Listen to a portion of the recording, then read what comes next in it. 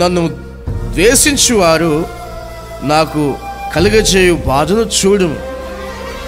ఈ మాట అనే వ్యక్తి మూర్ఖుడు కాదు, పనికిమాలోడు కాదు.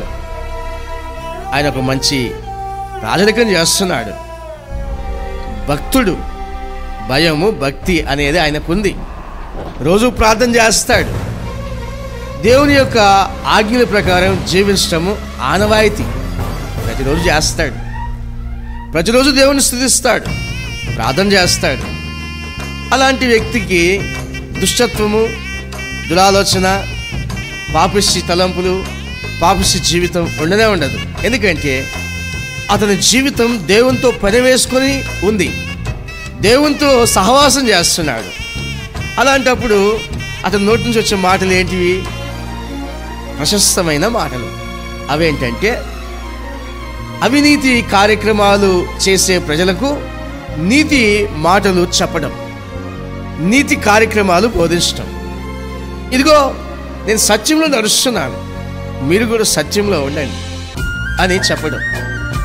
నేను యథార్థంగా జీవిస్తున్నాను, మీరు కూడా యథార్థంగా ఉండండి. ధర్మశాస్త్రము ఈ విధంగా చెప్తా ఉంది, అతిక్రమం చేయొద్దని, అతిక్రమం చేసేవాడు వర్ధిల్లుడని. మీరు అతిక్రమం మానేసి క్రమమైన పద్ధతిలో నడుచుకోండి.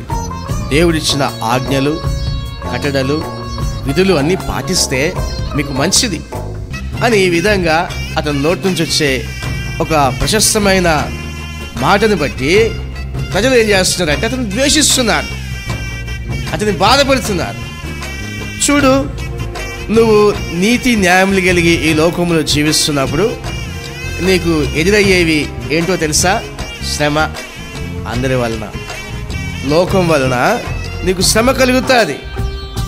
అయితే యేసు ప్రభు ఒక మాట చెప్పాడు, లోకంలో మీకు శ్రమ కలుగును, అయినా మీరు భయపడొద్దు, నేను లోకాన్ని జయించాను.